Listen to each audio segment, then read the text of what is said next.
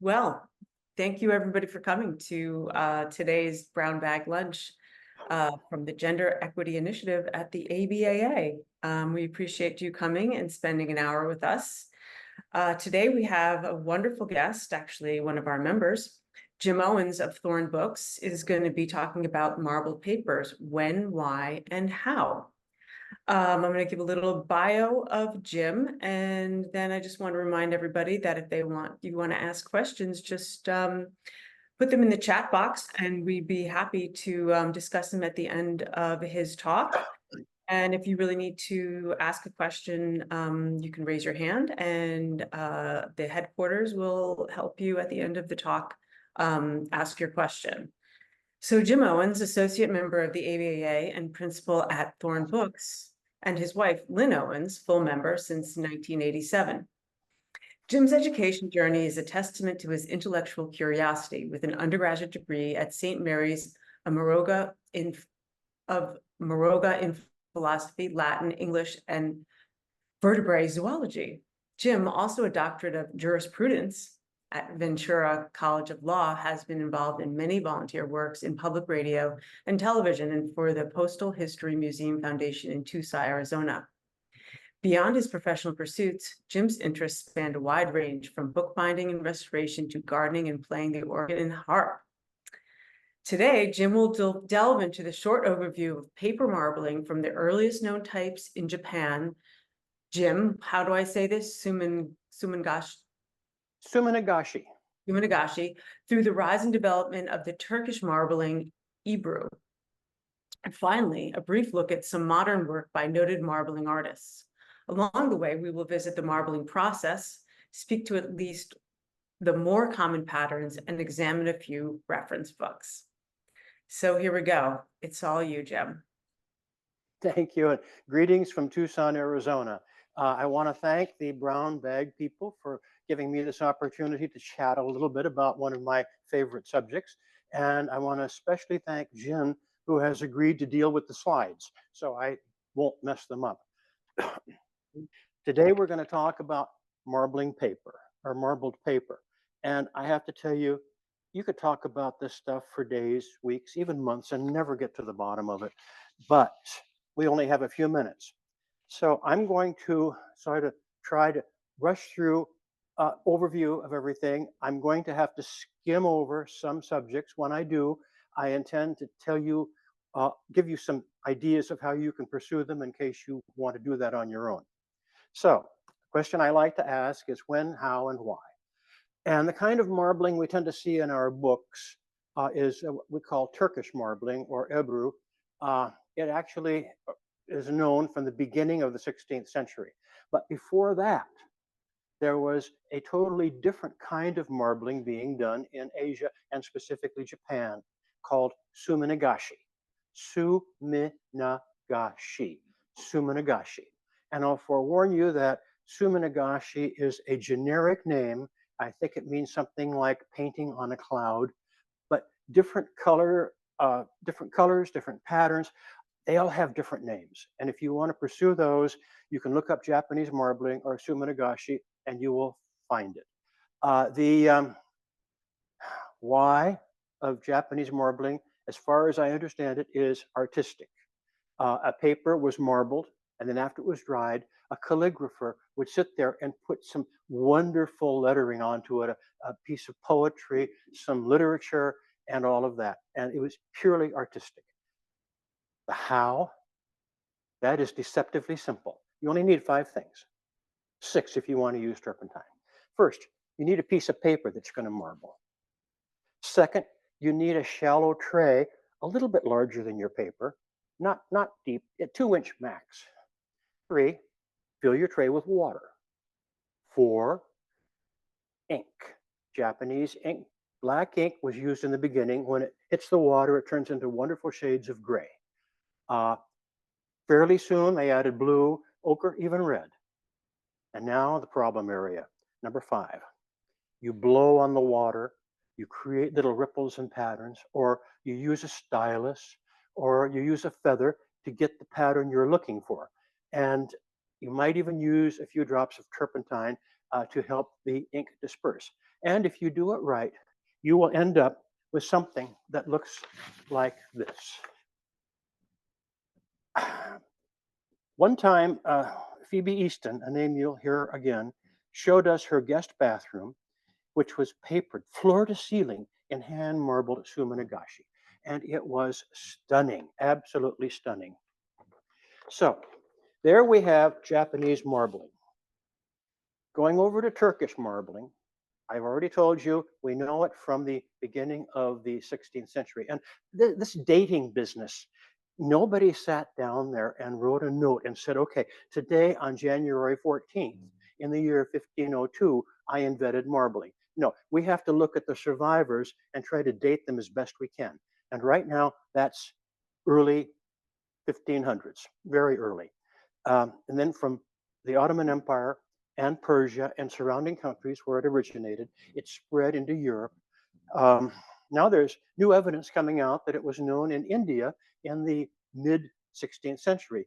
Jake Benson, who is at Rylands University in Manchester, is about to come out with a dissertation from his research on a book that's been in a Scottish library for about 140 years with beautiful calligraphy in it and marbled borders and some indication that some of this work at least was done in India in the mid 1500s. If you want more information about him and his dissertation, send me a request and I'll send you a link. I'm sure he won't mind if I send you a link to his dissertation. Okay, the why. Well, artistic for certain, absolutely. We call this Turkish marbling. Its generic name is ebru. Different patterns, different colors have other names. If you want to look into them, try Turkish marbling or ebru, E-B-R-U, ebru. Now, I've been told that that is a recent name for this, and that there is a more ancient name called abri, which is Persian, not Turkish. At the moment, I'm going to keep calling it ebru because that's how you're going to find it. But in the future, we may find that it's being called abri. And this is an example of artistic Turkish paper. This was not done in Turkey. This was done in the United States by some nice marblers. I think it was Green River. They're retired now. But I want you to notice the traditional manner that it's done. The background, for example, is a monochrome, and it's very delicately teased with a stylus. And then the green was thrown on, and with a stylus, turned into a stem and leaves. And finally, we have the red also with a stylus. So that is an example of art, Turkish art. The first slide, we can see an example of Persian marbling, and Jen will be showing that to us in just a moment. In the Persian marbling, notice that you have a frame which is marbled surrounding a miniature. This was something that was done very early. I have never seen an original, so I don't know if the marbling is a part of the paper, but I suspect that it was probably put on later. And certainly in this book that Mr. Benson is working on, the examples of marbled frames in it were put on later. After marbling started to get into Europe and all of that, as slide number 2 will show us, they started to do things like line chests. Here we have a chest that's been lined in what we would call Stormont pattern. And so that's the artistic aspect. The second aspect is authenticity or certification.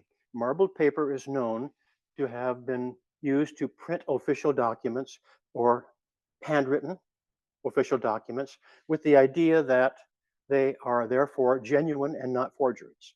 And that idea got all overseas. Take a look at next slide, please. Now, this is a $20 banknote issued by the Continental Congress in the American colonies in 1775.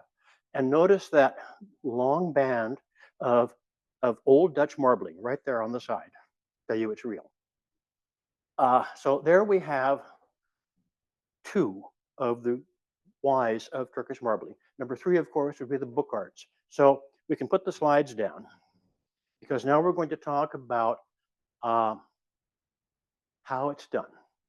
And Turkish marbling is totally different from suminagashi. In Japanese marbling, the ink actually dyes and becomes part of the fibers of the paper. Turkish marbling, no, it stays on the surface. So the first challenge you have is how are you going to keep the colors on the paper without having them slough off or flake off or wash off? And the answer is a mordant. And the mordant of choice is alum dissolved in water. Alum is aluminum sulfate, I think, or aluminum phosphate, something like that. And it's dissolved in water.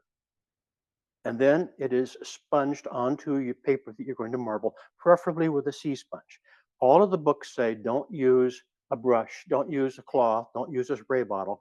You have to try and get as even as you can because to the extent that your alum is uneven, it's going to affect your pigments and your colors. Sponge is your best chance. So you put a thin film of alum, and then it's helpful if you put a little mark on it so you know which side you did this to, and you put it on your stack, and you continue to alum all of the papers you're going to use in that session. And then you stack them alum sides facing. Marblers seem to prefer using slightly damp paper for marbling, although I've read that sometimes there are papers that are alum the day before or a month before, and they're just fine. So we've solved the problem of keeping the color on the paper. The next problem is that pigments that are used in Turkish marbling are ground from earth and minerals and vegetable sources, put into suspensions, water, sometimes oil, modernly even acrylics. But the point is that they are heavier than Japanese inks. And if you just put them on water, they're going to sink to the bottom and they won't stay up on the surface where you can do something with them. So you have to give your water some oomph. And the way you do that is you add the sap of a gelatinous tree or shrub to it. They tried all these different kinds in the early days and finally discovered that gum tragacanth was the best possible one to use. So that became the standard for a very long time. Mixing that stuff together with water is very, very tricky. Everything you do with marbling is tricky. But you have to get exactly the right proportions because if you have too much water, your pigments are going to sink. If you have too much gum tragacanth, you're not going to have, the pigments aren't going to be able to freely move around on the surface. Furthermore, even when you get it right, little things can cause a problem like evaporation, change in temperature, change in humidity. So you've got to be on your toes the whole time. Now we have solved the problem of the color and we know how to keep it on the paper. So we need to get the pigment onto the paper. And at this point, we start calling the solution in your tray size, S-I-Z-E, size. And the tray is now called a trough. And the marblers say they throw their colors onto the trough. Well, that's pretty violent for what actually happens. You can use droppers, you can use a bottle with a little hole in the top, or you can use a marbling brush, which is sort of a loose bunch of bristles. Some marblers actually take a broom apart and then they rewrap it into different sized little things. So that's what it is. And what you do is you take this brush and you dip it into your pigment. And then with your minor hand, hold it out, and then you sort of hit the brush on over the size, and you get drops of pigment all over your size and the counter and you. And then you do that with the next color, and when you have all the colors you want, you take a piece of paper, lay it onto the size, take it off, and you have a pattern we call German. And it's technically not marbled paper. It's just sort of spattered. To make paper marbled, you need a secret ingredient. And that secret ingredient is called ox gall. Yeah, it's a made from animal bile. And it does a couple of things to your pigments. First of all, go back to your size and you put a drop of pigment onto it. and then you put a drop of oxgall on it, and your pigment is going to go whoop. It's a dispersant. You put another color on and a little bit of oxgall. Same thing. Whoop. But the colors don't mix, and that's the other thing that happens. And so they're kept separate, and that's really very handy for what you want to have happen. Okay, what you need to do is put your drops onto your size, oxgall, the next color, etc. And the more you add the colors and the oxgall, the more the first colors tend to become marginalized, and they end up being outlines, or they break up into little lacy veins and all of that. And that's what you want. When you do that, if you do it right, you will end up with the basic pattern, Turkish pattern, but we tend to call it the stone pattern.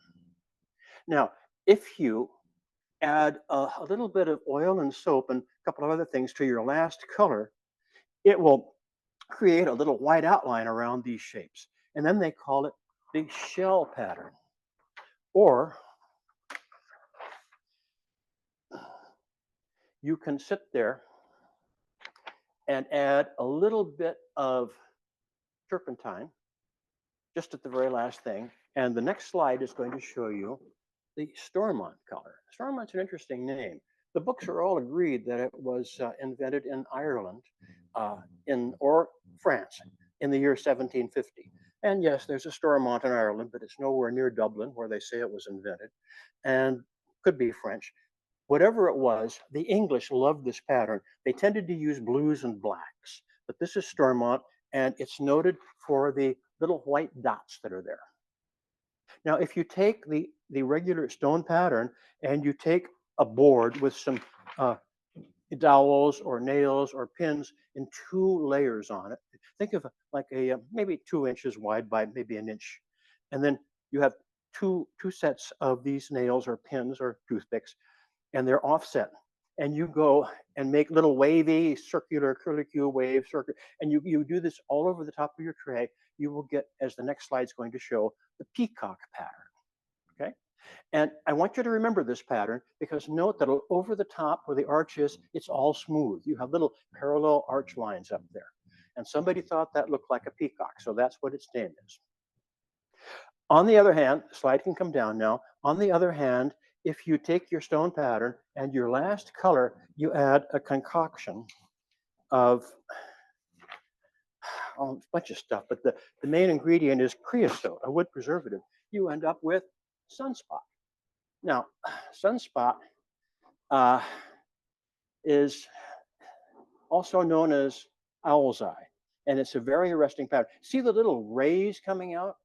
That's all caused by a chemical reaction between your creosote and the other stuff in your.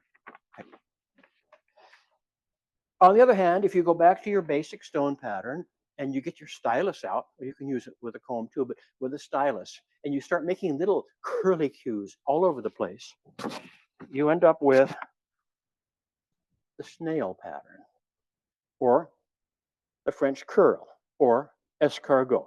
You know, these pattern names, they're sort of a little loose, but this is probably called a snail pattern, but a lot of people might call it French curl. Okay. Now, if you go back to the basic shell pattern, and now we're going to use a real marbler's comb. It's a stick, not as long as your trough is wide, because you need a little bit of maneuverability in it. And think of a 1x2 or a piece of lath or 2 strips of heavy duty cardboard pasted together. And on the short side, you're going to have a row of pins or needles or toothpicks or dowels. And you're going to take that and you're going to start at one end of your tray, and you're going to go up to the other end. Right? And then you're going to shift a little bit and then come straight back, and you're going to have a chevron pattern. But if you put little dots of color on your chevron pattern, now it's called zebra or zebra. Somebody thought that's what this looked like, and so this is the name this pattern has, and that's how it's made. On the other hand, if you go back to your basic shell pattern and you take your comb and you go up and you sort of do a little bit of a curlicue and come down and all that, you'll end up with one of the oldest patterns known, called Old Dutch. And it looks like this. For some reason that I don't know, the predominant colors are always red, blue, black, yellow, and white. And the English absolutely loved this color. While they were sitting there making Stormont blues and blacks, this is so bright and cheerful, they really wanted it. But for their own benefit, the Crown had imposed a severe import tax on Dutch papers.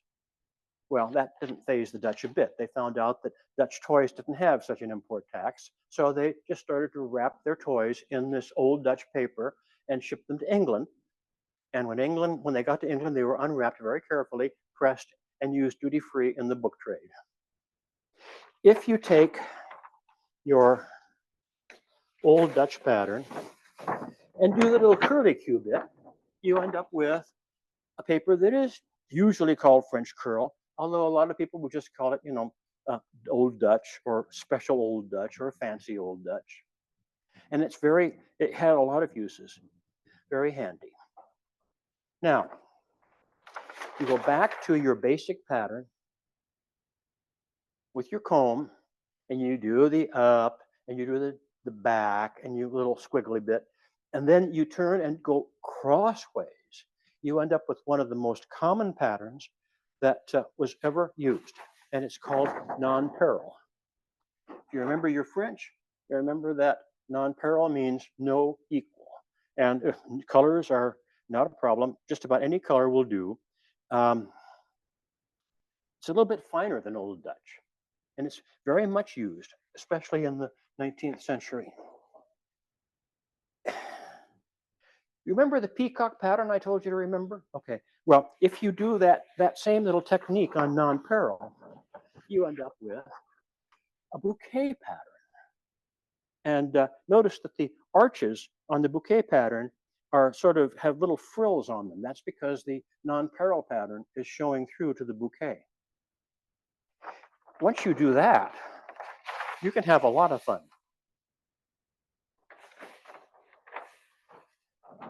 You can take a comb that's a little bit wider and everything and go wavy up and down, and you end up with a wave pattern, which is basically a non-parallel with wave marking. Although some people might call this serpentine. There is a serpentine pattern, and this is an example of it. This is a pretty wild pattern. I love it. It's got just about every color in the rainbow in it. But you see that it's basically a non-parallel with wavy lines on it. Nice pattern. Okay. Ghost marbling. Ghost marbling dates from the mid-1700s. It's also called double marbling. You take a paper that has already been marbled, dried, then you put alum on it again, and you marble it again in a different pattern. And at least in the early days, and many times, the original pattern is very, very subtle. Sometimes you don't even notice it. Eventually, then you wake up one day and say, oh, there's another pattern in there. Well, that's the ghost pattern. Iris Nevins, another name I hope you'll hear about, loves to do ghost patterns or double marbled patterns. What she says is that every time she does a paper and it doesn't come out to her standards, she puts it on a stack. And when the stack gets big enough, she has a double marbling session. And she says the second marbling invariably covers up the defects of the first, so then she can sell the papers. There are a lot of people doing double marbling these days, and I don't know a lot of them, but I do know two of them, Pam Smith and Tom Leach, both of whom live in New Mexico, both of whom at one time or another ran the fine press at the Palace of the Governors in Santa Fe. And this is an example of Pam Smith's double marbling. See, it's intended to be double marbled, so the patterns are happy with each other, and they're both strong. And it's quite an attractive pattern when you think about it. Now, I don't want to get hung up on patterns or we'll never get through, but I do have to mention two more to you. Spanish marbling. Now, if you know the story, bear with me. It's short. I'll tell it quick. If you don't, it's worth listening to. Close your eyes and pretend you're in a big room in the early 1700s in Spain. This is a marbling factory. And in that room are table after table after table. And on each table, there is a trough. And in the trough is the size. And on the table, there are combs, there are pigments, there are styli, etc. And the doors open and the workers come in teams of two. And the first worker, that's the artist. He comes up to his table and he starts making his patterns and use the pigments and the combs and whatever. And when he's done, he walks up to the next table. And worker number 2 comes in, and he's the one who does the cleanup. He takes a piece of paper, lays it on the pattern, takes it off, takes it over to hang up and dry, and then comes back and washes or cleans the surface of the size so the next artist can come and start in. Well, this particular morning, our second worker had had quite a night before, maybe all night, because he was so drunk he could hardly stand up. And we're not entirely sure what he did or how he did it. But just as he was putting the paper on the size, he somehow hit the table or the trough and got the size into motion. And when he pulled the paper off, that motion showed on his paper, and he was sitting there staring at it, trying to figure out, I suppose, how he could get rid of it without being caught. And the supervisor walked up and said, ¿Puedes hacer esto otra vez? And yes, he could do it again, and he did do it again. And thanks to him, we now have Spanish marbling, or sometimes called Spanish wave marbling. And its sign is the little ripple marks in the size. The last pattern I want to mention is the paper that was made by the Cockerell firm in England. 2 generations, they're not there anymore, but they made such beautiful, stately geometric patterns over and over. Their papers are absolutely wonderful. Once you see a Cockerell paper, you will probably always remember it. You'll either identify it and say, oh, that's Cockerell. And if it's not, you're going to say, oh, that's in the Cockerell style. And you see, they're not particularly colorful. They tend to have a very narrow color range. This one's browns and tans and blacks. And we also have one here, I guess sort of blue, blacks. What is this? Yeah, it looks like, oh, it's browns and blues and blacks. Okay, well, yeah, they're both in browns and blues and blacks. And this is another one. See how geometric they are? How perfect? Well, this is how they were made. If we could have the slide number 4, please. You are now inside the Cockerell factory.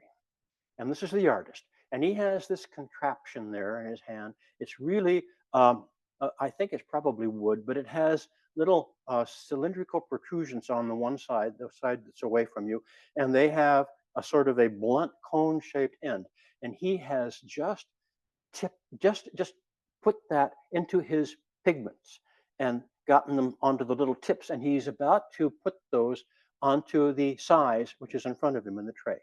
Now, in the next slide, we see him putting it down, and this time he's done it with a second one. The first one was black pigment. This one is orange pigment. You can see the orange right there if you look carefully. Now, in the next slide, here we go. There, you see that thing in his right hand is a comb. That's what it looks like, a stick with the pin sticking out. And notice the 2 pigments that he put on. The black went on first, and then the orange. And he purposely offset them. The orange is not in the center of the black, and you'll see why in a minute. But I have to comment, based on looking at this video, these slides are from a video, I am pretty convinced that the pigments had oxgall mixed in with them. They didn't sprinkle it on later because it's automatically expanded when it hit the size. And thinking about it, yeah, these people did the same design over and over and over. They needed some kind of uniformity. So everything in there was pre-measured. All you needed was the artist to make it happen.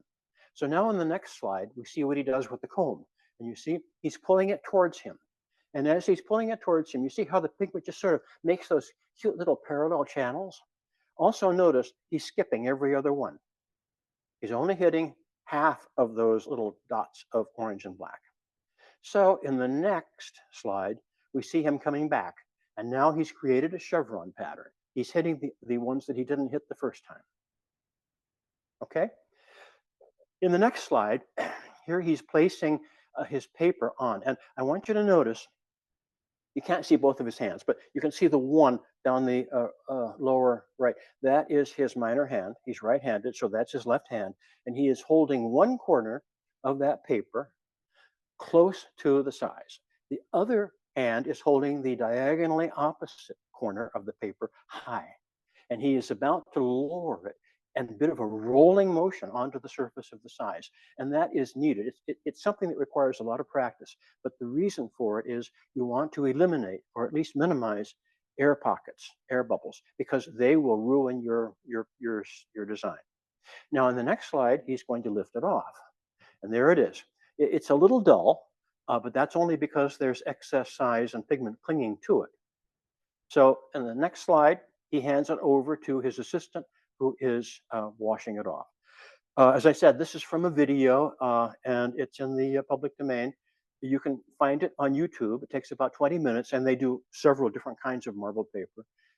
It's really a wonderful tribute to the Cockerell firm. And the way you find it is you type into your search box, you type Cockerell, 1L, and then the word marbling. And when you get the results, look for videos, click on the video, and it should bring it right up, okay? Now, we can go, yeah, we need to take the slides down now, and I wanna go into reference books. Wow. If you take any of your search boxes and you put in marbled paper in the keyword, you're going to be inundated with titles. And more than half of them are going to be books that just happen to have marbled edge papers or something. You don't want those. Once you get rid of those, you're going to have a huge number of books. Most of them printed recently, let's say after 1980, 1990. A lot of them going to be paperbacks. There'll be some nice ones and all that. They're going to give a little nod to the history, nod to the pattern, and they're going to spend the bulk of their time showing you how you can marble paper in your kitchen sink. And don't even think about doing that. Marbling is very messy and you will have pigment all over you, the floor, the wall, maybe even the ceiling. So do your marbling somewhere else. After you get rid of those, you'll have some rather nice books. Most of them are going to be on specific techniques or on specific marblers. They're going to have original samples perhaps and all of that. They're going to be limited editions. But I wanted a couple that were more comprehensive. And the first one, the one that sort of stands right up as being the epitome of marbling at the end of the 19th century, is a book by Joseph Helfer, Halfer. Helfer, we think, was born in Germany, but he spent his working life in Pest, as in Budapest. And he was a tinker, an experimenter, a chemist, a bookbinder, an author, a marbler, and he sold marbling materials. So he wrote little monographs every time he did some experiment about what he did, why, and how it came out. And these are pretty hard to identify how many because he didn't always sign them. Some of the bibliographies think there are many as 18, but you can't really find them. Richard Wolff, that's another name you'll hear, I hope. Richard Wolff got a whole bunch of them, maybe a dozen or so, and translated them from the original German, made the papers that are described in them, and then issued them well, he was going to issue them, but unfortunately he died. So Sydberger, another book name, and you're going to see his name in the book arts. You're going to see it even on a book on the history of bookbinding.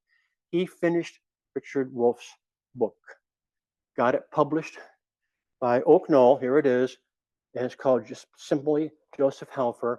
And in the back of it are the sample papers that Richard Wolff made for the book. But this is not the one I want to tell you about. The one I want to tell you about is the big one. What I just showed you was sort of the prequel. All of this was collected and more in his big book called The Progress of the Marbling Art. Came out in Germany in the 1880s. In English, I think in 1890. It had 35 marbled paper specimens in it. And if you ever find a copy, be prepared to pay a king's ransom for it because it's very scarce. But it was issued in facsimile in 1990. I almost positive they used Phoebe Easton's perfect copy for the facsimile. The only difference is you don't get the marble paper samples, you just get pictures of them. And that's on the secondary market for $60 or $70 usually. Or you can go into Google and put in Halfer, Halfer, and the word progress and the word marbling. And when you get your results, click on books. You may have to use a drop-down menu to get books. And that should bring you the digitized version in the University of Michigan library, so you can read it online for free. Halfer started with styes. He experimented with all of the kinds of things that were used to make size, made notes about the good part, the bad part, and everything, and then introduced a new element called carrageen or carrageenan, which is sometimes called Irish moss. It is a seaweed that grows off the coast of Ireland and Iceland, and it makes the best, the finest marbling, and very quickly took over gum tragacanth as the main element for the size. Unfortunately, it only had a working time of 2 days, but in his experimentation, Halfer found that the addition of some boron would double that to 4 days. In spite of that, he felt it was better than anything else. He also talked about how to purify your ox gall and what happens if you don't get all the fat out. Bad news. He also talked about pigments and remarked that of all of the ways that they are made, what they're made from, vegetable pigments were the brightest and the most permanent. He doesn't give us a whole lot of how they were suspended because he sold those things.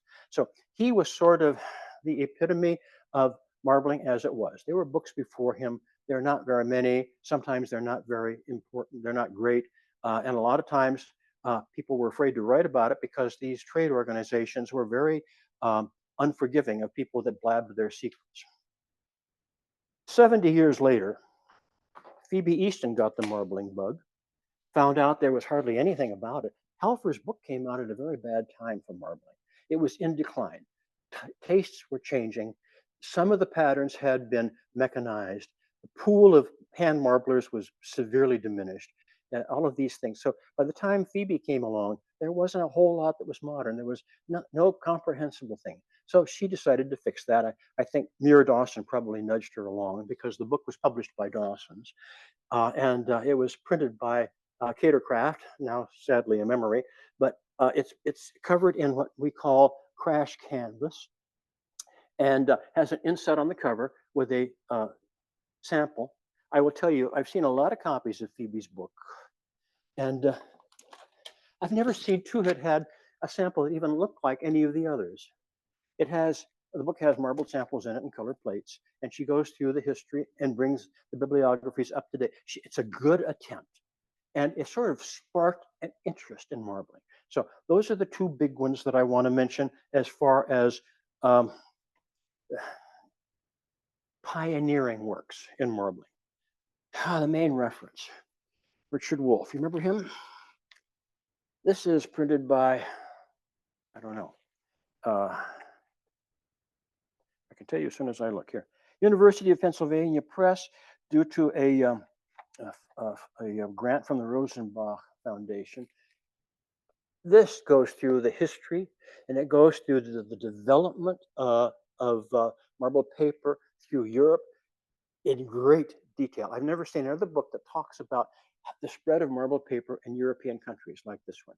He has colored plates in it. He has a good index of the names and patterns and the origin and a great index. This is sort of the main reference as far as I'm concerned for marbling paper. Now, another book which dovetails with Wolff is The Art of Marble Paper by Miura, M-I-U-R-A, a Japanese marbler. He does the same thing. He actually has the evidence in it that Japanese suminagashi dates back to the 9th century. Now, in the next slide, which is number 12, we want to see what he says about non-parallel paper. This is what he does. He shows you a couple patterns, so you don't get hung up on colors. And then at the bottom, if you see the bottom of that first page, he's giving you instructions on how you can duplicate it and how your comb has to go and how you have 3 different kinds of combs, it looks like, to get this pattern. In the next slide, he shows us Stormont. There is the typical blue-black of Stormont. And then he shows you other colors and he gives you its history. So this is a great supplement to Wolff. those are the reference books that I want to hit. Uh, Now, I did want to talk to you about a particular modern marbler, and the slide can come down. Uh, Her name is Iris Nevins. There are so many people out there that do wonderful marbling. I've mentioned a couple already, and there's and you're oh gee, but Iris is a little bit different. She is self-taught. She started marbling in the 1970s. She's still going strong from her studio in New Jersey. She does all of the traditional patterns. Mostly, she had to figure out by herself how they were done, and then figure out how to reproduce them. She actually invites people to send her a pattern and she will duplicate it. She has written, I can't tell you how many books, cheap ones, expensive ones, some have marbled samples in them, some don't. Her writing style is a breeze. It's a pleasure. It's in the first person. It talks about her triumphs. It talks about her problems. She did columns for the short-lived Ink and Gall newsletter that was mostly published in Taos, New Mexico. She has written a column for the Guild of Bookworkers for years and years and years. Probably she does more columns that I don't know about. And she does a great service to the marbling community. First of all, she writes about a problem. For example, in 1980, she said she went down one morning. She opened a tube of I can't think of the name of it right now. A famous maker watercolor, certain shade that she had. Newton, Winsor and Newton, that she had always used, threw it on her size, and watched it coagulate and sink. So she contacted the manufacturer, and with their help, she found out that they had changed the formula. That was no longer suitable. They found one in the same shade that would work, and then she writes it all up. So it's just a pleasant little column to read. But if you're a marbler and you read it, you think, oh, wait a minute, Winsor and Newton, this shade, I can't use that anymore. It's not going to work, but I can use this other one. And Iris does this over and over and over again. During her long career of trying to figure out how papers were made, she finally decided to notice that Spanish marbling, you remember Spanish marbling? That's the one with the little wavy things in it. Spanish marbling had distinct varieties. And she started to pay attention. She keeps copious notes. She always did.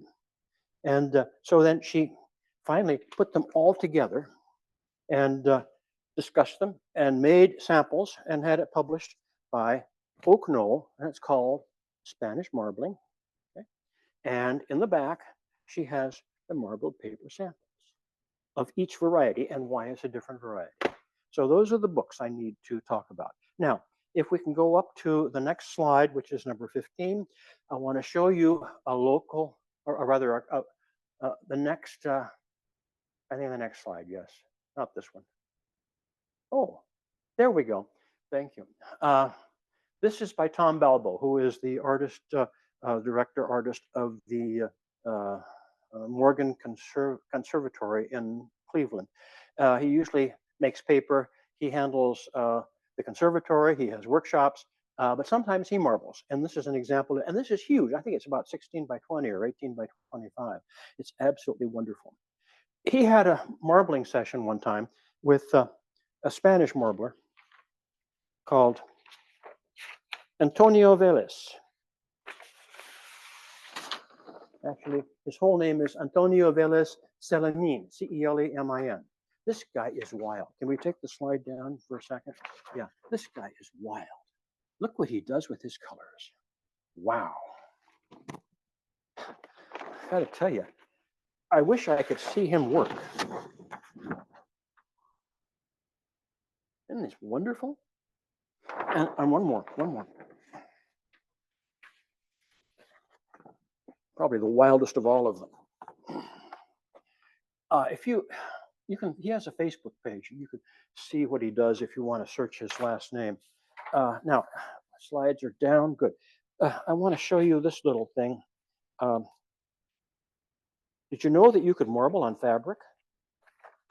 Well, I don't know how old these are, but these are a kind of canvas fabric. There's a pencil notation on the back that they're German.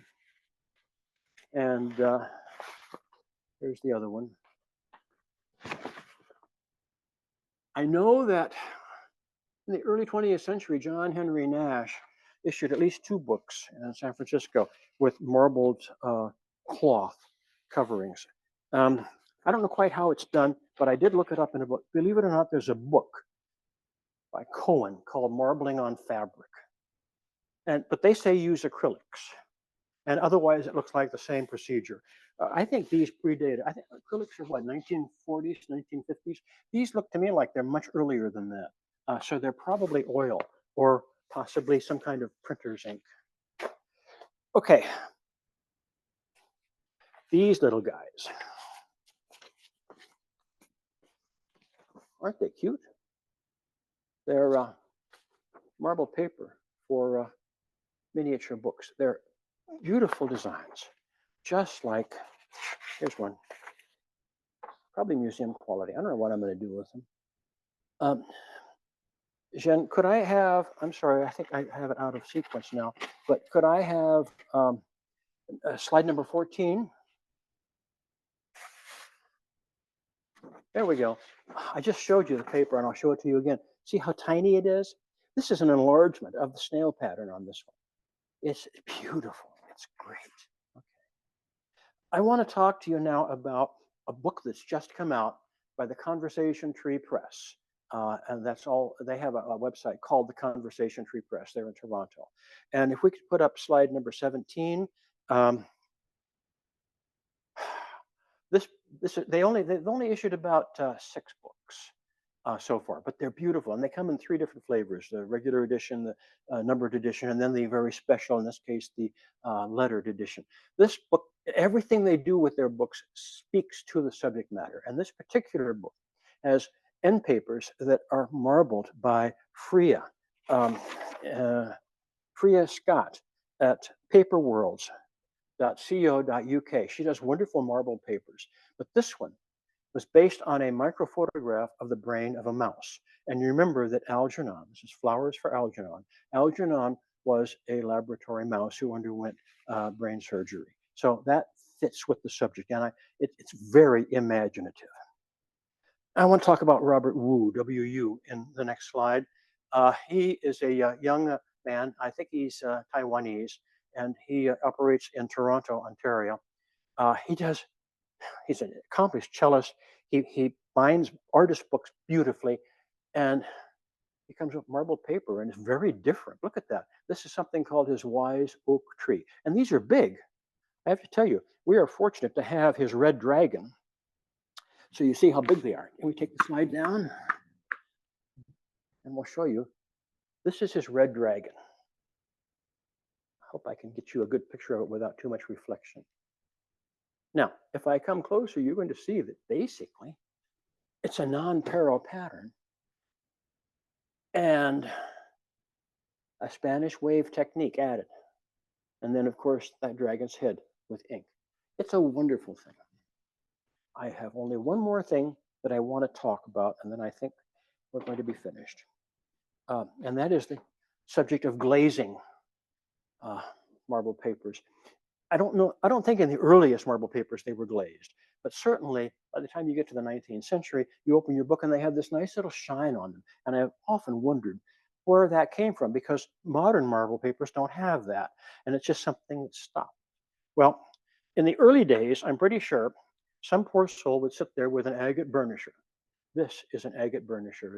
It's an agate stone at the end of a stick. And they would sit there and they would go over the marbled paper over and over and over, and they would burnish it. The burnishing of it not only puts a nice shine on it, but it sort of cements any loose pigment that might be on it. In the 19th century, I'm pretty certain wax was applied, probably paraffin, and probably just to mechanized marbled papers. But Rosamond Loring. Now, Rosamond Loring, early 20th century to the mid 20th century, a conservator, a bookbinder, a marbler, an author. She wrote this book called Decorated Book Papers, sort of the standard on paste papers as well as marbled papers. And she was doing a marbling session one time in 1928, and everybody was there watching her and everything. And when it was over, she's cleaning up and everybody goes away except one old man, very old, ancient. And he just stares at her. And after a while, she couldn't stand it. She said, may I help you? And he said, you're doing it all wrong. Well, it turns out he had spent his life marbling papers in the 19th century. So he and she met for a month after that, and he told her all of the little tricks and techniques. And she wrote it all down in what she called her recipe book. And this is Rosamund Loring's recipe book, or at least a facsimile of it. Good luck finding a copy. The print run must have been very small. It's printed by Princeton. And if you find a copy, it'll cost you more than you ever thought a paperback would be worth. But it's a facsimile of her recipe book, and she talks about paste paper and marbled paper and carrageenan and everything. But the one thing that she talks about that's germane to this discussion is glazing marbled paper.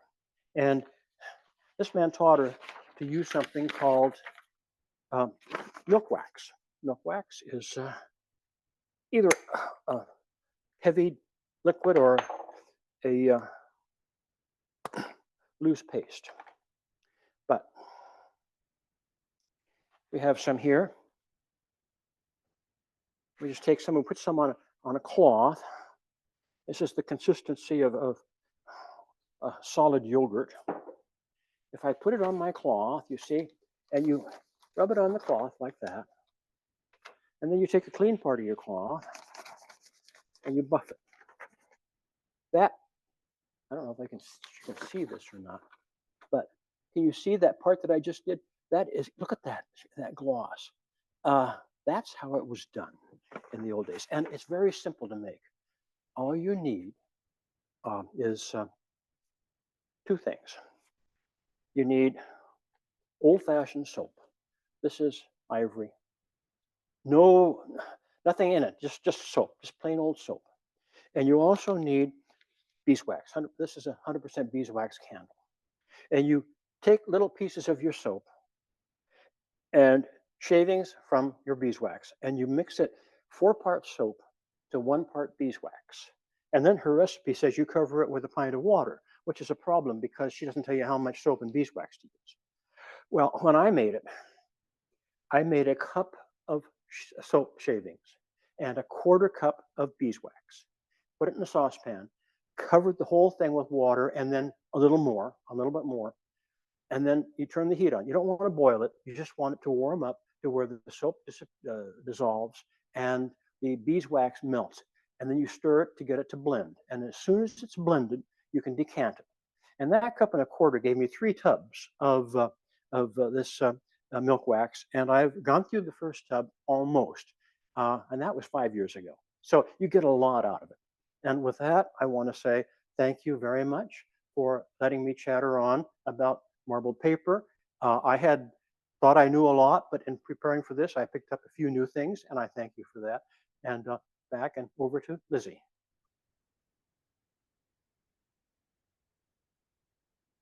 Hello, hi. It's me rather than Lizzie. Thanks, Thank Charlie. you so much Okay. for the talk. It was actually wonderful. It was fascinating, especially that last miniature book with it's like based on the map of a mice brain. Right. That was wonderful. Someone was wondering who was the maker of the Stormont marble again? Stormont. Mm-hmm. The English. Oh, the English. It became. Oh, it was invented in Dublin or in France in 1750. We don't know who did it, but it was taken over by England, and they liked it so much. Got it. The next question is from David Palazzari. Sorry if I said that wrong. This was wonderful. Thank you so much. Can you say a word about the advent of industrial pseudo-lithographic marbling when it came along, and how we can detect the difference between true marbling and the phony lithographic version? Well, if it's lithography, it's probably screens, and you could tell with a microscope if it has those little dots. But maybe you mean mechanized marbling, and I'm not sure how that was done. It was not, I don't think it was done lithographically. I think it was actually done with a mechanical marbling process There are pictures of Joseph Helfer in his book has pictures of the marbling machines of his time. So that's about 1890, probably not much before that. And I don't know a whole lot about mechanized marble paper, except that it's going to be quite similar and not have what you would call the artistic spark to it. Here, let's see.